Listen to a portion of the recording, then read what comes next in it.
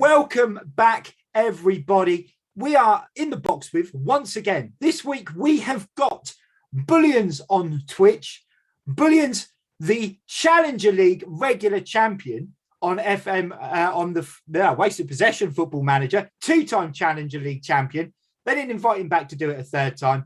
It was boring. It gets boring when you just keep winning that. But he didn't get any further. He's not won the one. He's not won it yet. He's not won that. So he bids up all the hype and then just doesn't get there. Not like me.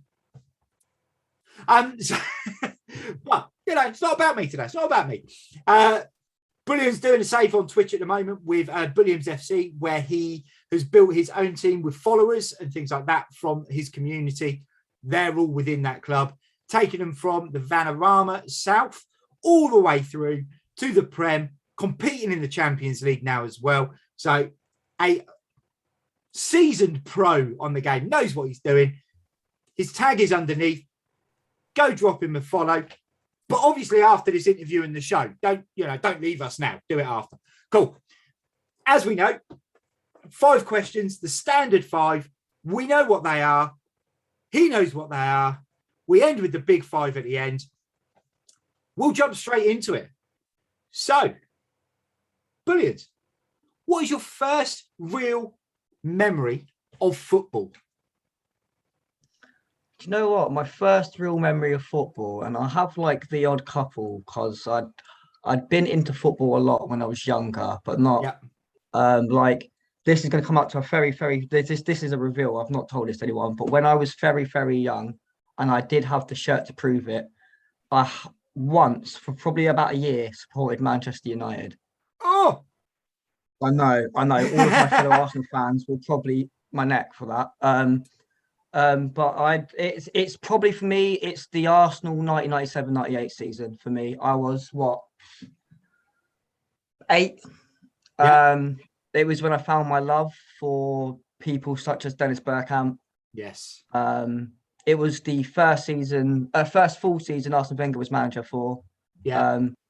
I just remember things like, I don't know if you remember it, Badge, but the incredible Tony Adams goal that he scored in the 98 season against Everton, which was set up by Steve Bold, which it always gets me. Absolutely lashed it, didn't he?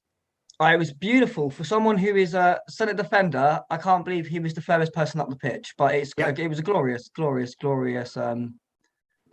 think that was the same season that we actually won the trophy at Old Trafford. Oh, okay. One of them. So obviously that's for Arsenal. That's lovely to do. But yeah, I just remember the season. I remember being blown away by Dennis Bergkamp and just how good he was. Yes. It was a mad season. We signed like Petit, people like that for the first time ever. And when you think about it then, they were people like Petit, Overmars, they were prime Arsenal legends from there. Was that the season? Did Arsenal win the FA Cup that year as well? Was that? That was the season we done the double. Yes, we beat Newcastle in the final. I think it was 2-0 or 3-0. Anelka scored one of the goals, I'm sure. Yeah. Anelka's always scoring. He was very good in FA Cup finals, wasn't he, Anelka? He was. Didn't matter who he was playing for. It always seemed to be a bagsman in a cup final. Cool. So first real memory was, unfortunately, being a Man United fan, but then switching it up and then having a proper memory of the Arsenal and that team. And what a team it was as well. Overmars. Also, probably the constant years of my dad going, well, you might support Arsenal, but at least you've never won a Champions League, considering he's a Forest fan. So the 2 back-to-back, no matter what I say about Forest losing, he'll go, well, at least we won 2 Champions Leagues. And I'm like, oh, that was my childhood, was my dad trying to convince me to be a Forest fan, basically, as well. You've won 2 Champions Leagues a long, long time ago. Oh, yeah. And since then, the only thing Forest have won is relegation. I think that same season, the 98 season, was the year that they got relegated and Man United thumped them 8-1, which I always remember because it winds my dad up. Yeah, and I just remember Brian Clough looking iller and iller and iller. And then I think he ended up stepping down and someone took over from him. And everyone started to, it was just bad times for Forest. And it's not got any better ever since, really. Okay, cool. Cool. So Arsenal, so 98 is kind of, it's 97, 98 is around that sort of time that you started to properly sort of know what was going on and get into it fully. So first international tournament you really remember, and what was it? What was most memorable about it? Oh, I suppose there is two for me. I suppose I can go over both of them because there's a brief moment in both. But one of them is obviously the World Cup in '98. Yeah. And obviously the match that I remember. And I know there is some decent moments in that tournament for England and stuff like that. But obviously the one I remember fully is the dreaded Argentina match. Yes. That Michael Owen goal blew me away. Blew me away. I thought that's incredible. That guy's going to be a star. Yeah. And then obviously that notorious kick out by Bex. What a ledge. Basically got us potentially lost us the that World Cup that year. And obviously was it Southgate missing the penalty? No, that was in Euro the final? 96. It was Euro 96 missed it, and against Argentina, David Batty and Paul Ince missed penalties. That's it. Paul Ince. Yeah, it was two people who'd never taken a penalty before in their life step up in a major international tournament and both miss. Genius. Ironically, didn't that happen to us in the last tournament? Yeah. Get a couple of people that took penalties that probably shouldn't have taken penalties. Yeah. On you come, son. You've not kicked the ball for 2 hours, but here we go. First kick. Yeah. And then obviously the second one for me will be in 2002. And again, the World Cup. And this one was mad for me because this was the year where my school, so 2002, I think I was in year 5 or 6, year 6, 5 actually. And the school was showing all of the games. Like it was mental. We get to watch the England games. I remember being really annoyed because obviously it's home time and we have to go, and the England-Brazil game are on. And I get in just as Ronaldinho puts that free kick in the back of the net. Oh, it would have been the other way round. The Brazil game was first thing in the morning. Oh, maybe it's first thing in the morning then. I vaguely remember watching it in school though, and it was an experience in school as well. Obviously, we proper decorated it out. The classrooms were fully supporting England. Great experience. Being able to just sit there and, I suppose, sod off lessons for like the 2 weeks, I think it was, because obviously the school breaks up, didn't they, and stuff like that. We were lucky. But yeah, it was those two World Cups. I don't know.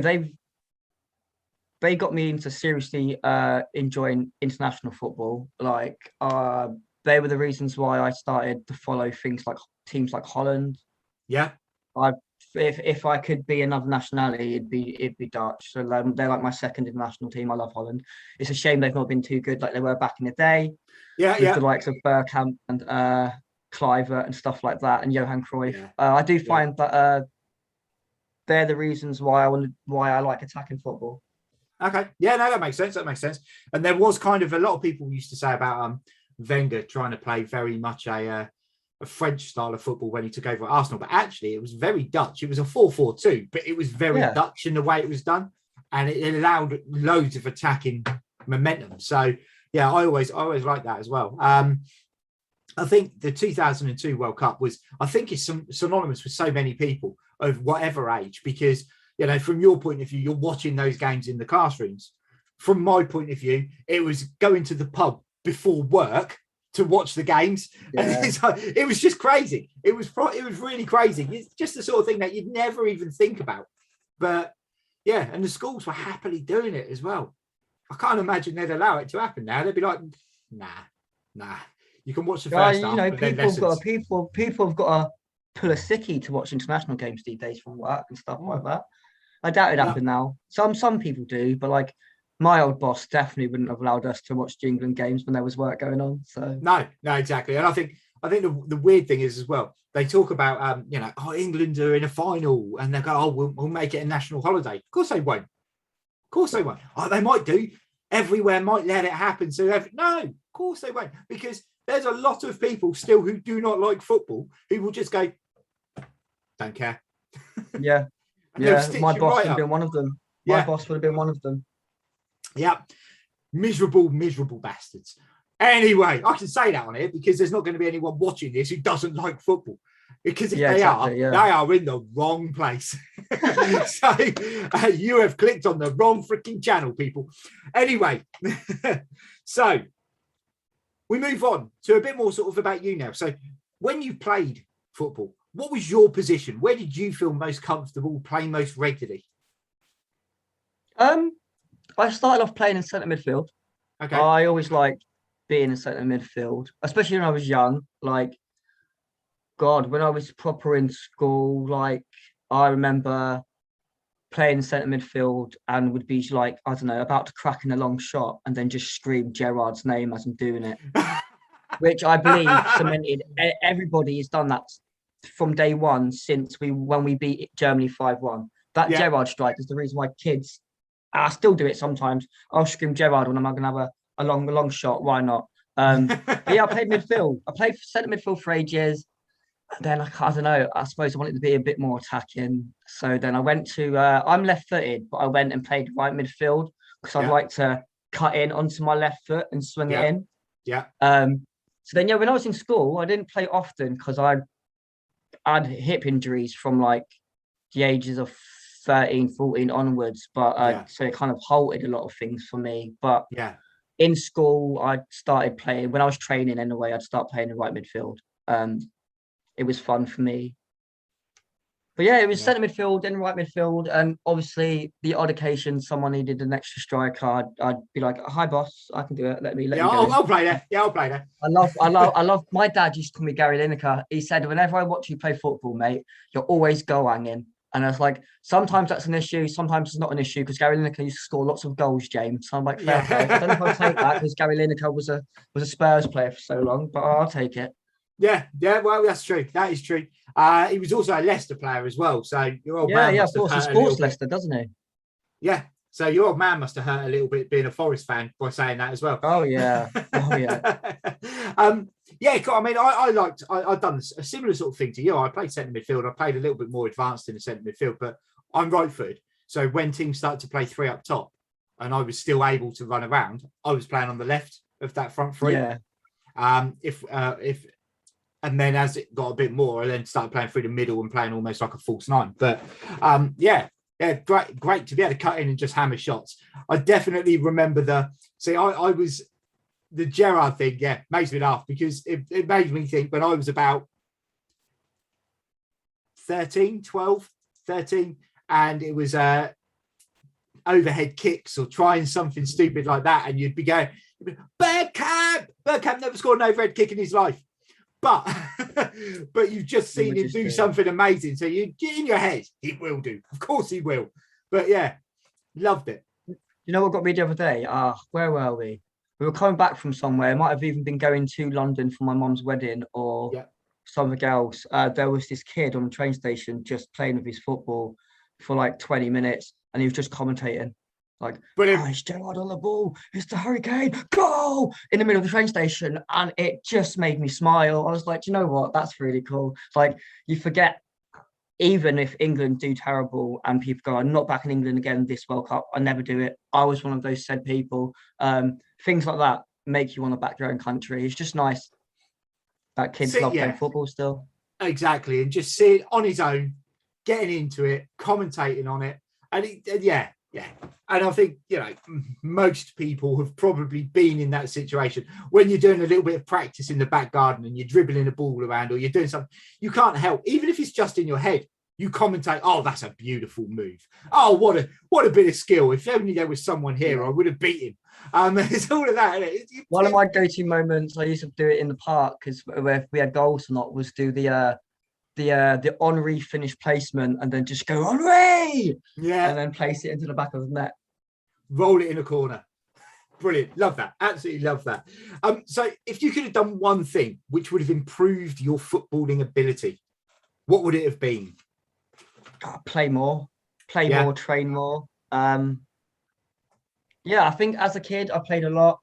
I think after my first hip surgery, I think if I had actually done my physio and wasn't so blasé about it, things may have been getting better. Like, I'm pretty sure I will walk with a permanent limp for like ever because I just didn't do it properly. But yeah, I kind of wish looking back now I had done it properly because it stopped. Like I missed like almost 2 years of school because of it, and when I came back, just really wasn't the same. So I stopped training. The only time I ever used to play football now, I'll be honest, is when I'm still to this day whenever I see my brothers and we'll have a catch up, we'll go to the park somewhere and just chill. But yeah, I felt like I should have just done more physio and got myself back into that standard to even play school football. I just stopped. I tried getting back into Sunday League, but by the time I got into Sunday League and I was healed, I'll be honest, I just lost what I had. Yeah. And then I decided, this is why I've decided I use that to fuel the fire in my heart to go into coaching. This is something I've been wanting to do for a long time. Okay, cool. Like I've got a FA Junior level award, which I did with United, funny enough. So nowadays I'm just saving up some money, got a little bit back so I can do both my coaching badges. Cool. Nice. So it's something good, mate. Honestly, my dream, I don't know if it'd ever be happened, but it's a dream, would be to teach kids in in Holland football, because it's where I want to teach the best sort of football. Yeah, man, that's my goal. And man, so, mate, like, it's a good thing to aspire to. Honestly, not being able to play football because of my hips and stuff, like I can do coaching. I'm very, very good at it from what I've been told by other people. So yeah, it's there. It's still something I need to do. And I've just shelved it a little bit, right? Especially with COVID and stuff. Lots of things have had to be shelved anyway, as you would. Yeah, they did. Yeah. A lot of stuff got cancelled and things like that anyway, didn't it? So, yeah, I've not done coaching badges, but yeah, obviously coaching for the last 11 years, been running the same team. So literally top to bottom. And that was purely because it was after my last knee op. And I was like, do you know what? I don't want to be out of football. I know I can't play. And it just gave me that sort of involvement still to be around people. But yeah, much like you, I missed far too much. I would say I missed far too much structured football when I was growing up. I missed, 2 years. I played for a little bit, then missed 2 years and was just playing with friends and kick arounds at school and that sort of thing. Then played for the school team for a little bit. Then played a men's foot. And then my first knee op, and I didn't play for nearly 4 years properly. And by the time I started again, I put on a little bit of weight. So that burst of speed was gone, and you have to completely readapt what you do and everything else. And because of the knee, so much pressure is being put on that knee. You try and compensate with the other leg. And now my good knee's on the way out as well. So I'm proper screwed.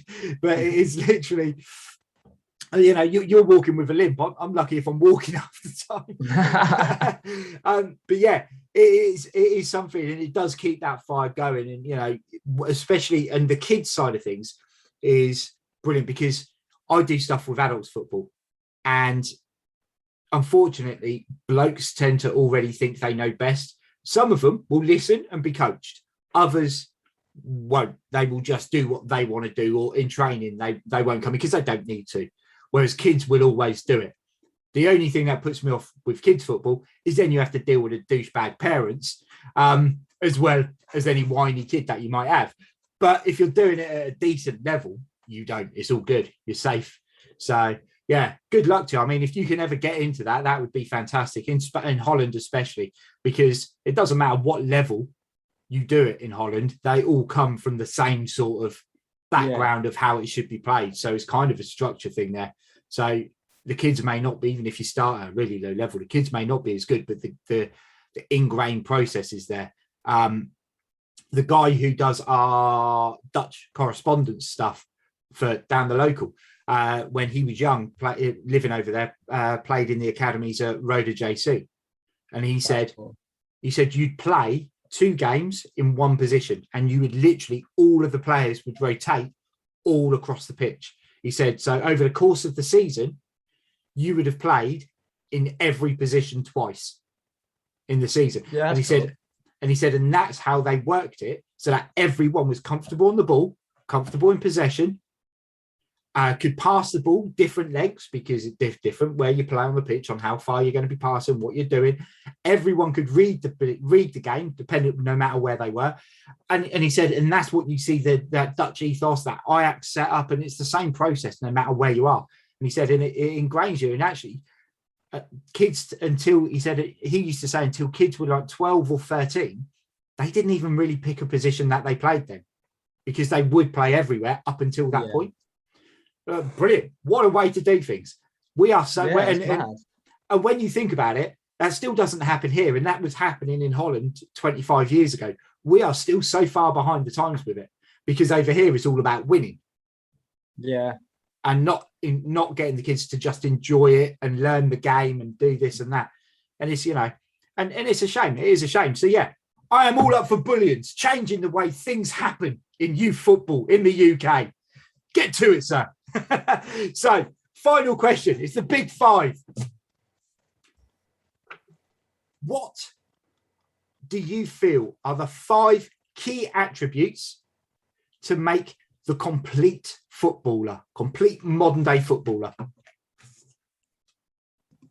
Well, you see, it depends on, I think, the position and where you think the complete, like, I feel like the best position to be, if you want a complete player, is a midfielder who can play in the middle, can play as an attacking midfielder and a centre defensive midfielder, because that's every aspect of the game they need. I don't know, for example, I suppose someone like Gerrard, Lampard, even Kante and Pogba, they can all play in those 3 different positions, things like that.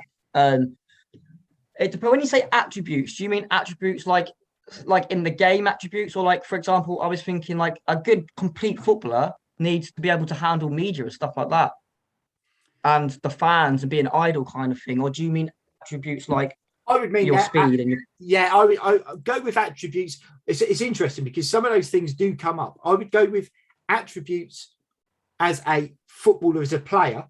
So the sort of things you would see on Football Manager. Yeah. But some people have thrown in strong mental or good mental strength within that, because that will help with that media. It will help manage that sort of thing. So if you wanted to have mental strength as your first shout, that's it. That was all of that. Shout, that does cover a lot of things. So then let's see. We've got a centre midfielder. He's the complete centre midfielder. What do we want? For starters, I would really like him to have a good level of passing. Yes. Passing is definitely a key attribute in a footballer. And it doesn't matter where you play. You've got to be able to pass the ball. If you're in goal nowadays, if you're a centre back, right back, left, everywhere you play on a pitch, you have to be able to pass the ball well, because you don't have old school hack and slash centre backs anymore. You don't have old school goalkeepers who every time the ball comes to them, they just hoof it up the pitch. It's not the done thing. I mean, it is sometimes, but people soon get found out. They soon get found out. But yes, cool. So passing, decent level of passing. I like passing, very decent level passing. Also someone with a good technical ability for me, especially in the midfield, because a lot of your attacking and defensive positions plays come from the midfield. So I think having a good technical ability on the ball is something that will help you. Probably dribbling. Okay. Probably dribbling for me. I think, especially because I would put dribbling with, like, dribbling kind of goes in with a lot of attributes, to be honest. You'd have to use your pace and your acceleration and your natural fitness and stuff, I suppose, with that. So I think that's a very, very key one for me. And number 5, it's difficult, you know, when you've got your complete midfielder, especially when you want him as an attacker or a defender. It's what do you want, you know? We've got passing. Probably someone who's like, it's a toss-up between determination and teamwork.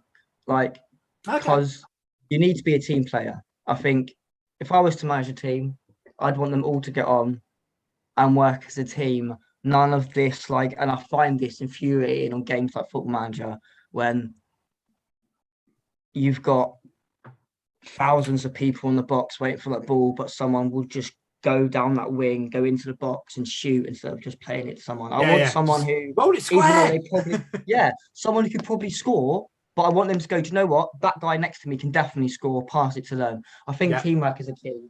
Yeah. Like, I would say, from what you were saying there as well, I would say teamwork instead of determination, because if you have determination, that doesn't mean you're working for the team. That means that you could be determined on your own, or you could be determined to win and shouting and balling at everyone else. Whereas teamwork, you've got to have that level of determination, because you've got to be able to work as a unit. You've got to be able to put your bit in as well. So I think, teamwork, I always would say, stands out a little bit more. And equally, with your first shout with the mental strength, that would kick in with a little bit of determination and resilience and that sort of stuff as well. So I think mental, the mental strength bit is like the most important, because say your complete player becomes top player in the world, he's going to be looked up at, he's going to be a role model, he's going to be presented in the media left, right and center, on magazines, everywhere. Like, you need to be able to handle that. Like, I know some players don't, but even some certain role models don't do that as such, but I think it's key, because if they can't, and they say, I don't know, struggle in a interview like this, for example, which is going live up to people, and your fans and your people that think you're a role model see this, it could have a downward effect on your career. So I think, honestly, if number one should be your mental strength and health in the way of football. Yeah, I also think from that as well, where you were saying there, you get to the top of the game, I think as soon as you get near the top, people are looking to shoot you down all the time. So you've got to be able to stay positive, and you've got to be able to stay in the right sort of frame of mind, and keep control of yourself and everything that's around you as well. So I think I do you know what I like the most in this, Bullions, is that you've not picked shooting, because so many people pick shooting, but you went with passing. And my opinion is always, and I've said it on this so many times, if you can pass the ball 20 yards, you should be able to score from 20 yards. You don't have to lash the ball every time. So I'll be honest, like a centre midfielder, he doesn't need to shoot. Centre midfielder could have a shooting of could have mediocre shooting to the level where like people don't give him the ball. But as long as he can pass the ball to the attackers who should be shooting, that's all you need. I get people want to score goals, right? But defensive stuff wins you competitions. So let's talk about the passing first, shooting comes later. But also, if you have a look at the people who are the most proficient free kick takers around the world, they normally have a pretty decent level of passing. Yeah. It's one of their key things. You look at most of the teams in the world where their main free kick takers normally are a midfielder. And that is because with a free kick, you're not lashing the ball 90% of the time. You are caressing a ball and picking a spot. If you can pick a spot with a pass, you can pick a spot with a shot. You don't need to have the shooting. And passing covers more of a range of stuff. So love that. Technique, because that covers so many things. Ball control, your touch, everything else. And again, in midfield you want that, but you need to have it everywhere now. Yeah, you do. Everyone has to be a bit composed. Dribbling, becoming more and more across. I think the only people that you they need to have it. Even goalkeepers need to have a little bit of a dribbling ability. You still shit your pants when you see bloody Jordan Pickford trying to Cruyff turn a centre forward. Trust me, I'm happy that we've got Aaron Ramsdale on goal at the moment, because every time I see Leno kick a ball, it scares the living bejeebers out of me. Yeah. And Leno is kind of in that category with the likes of David De Gea and people like that, where they're right at the very end of, they're in that crossover period of the footballing goalkeepers and the shot stoppers. And you see David De Gea has worked so hard at his game to become a better footballer. But, you had Manuel Neuer was the first really doing it, or the first proper one doing it. But after that, you it starts to have that phase period. And I think, Leno is definitely in that category, as is De Gea. Still both very good goalkeepers, but starting to become almost a little bit outdated. Dribbling starting to kick in across there. And as we say, teamwork, Makes the dream work. Oh yeah. Oh yeah, indeed. So that is it. That is the 5 questions all done. As I said before, people, Bullions' logo, his handle for Twitch is underneath. Go drop the man a follow. Get on one of his streams. Give him a shout. Get yourself in the Bullions on Twitch FC team. See if you can score some goals or not. Be a goalkeeper. Be a goalkeeper. No one ever wants to be a goalkeeper on them games. Get in goal. Get in goal. Save the shots. You say that. I have 5 people being goalkeepers. I can only play 1. It's very frustrating. Don't be a goalkeeper, guys. Don't be a goalkeeper. Anything else but a goalkeeper. That's crazy times. 5 goalkeepers, 1 position. Are these people, what are they thinking? Christ alive. Right. It's been a pleasure having you on, Bullions. We will, as ever, guys, this will be out on the show today. You're probably watching it. We'll get it out again a couple of times, and then you'll be able to find it on your favourite platform for podcasting as well. Until then, and until next time, much appreciated, Bullions. Thanks for having me. And we will catch you all soon. Bye-bye.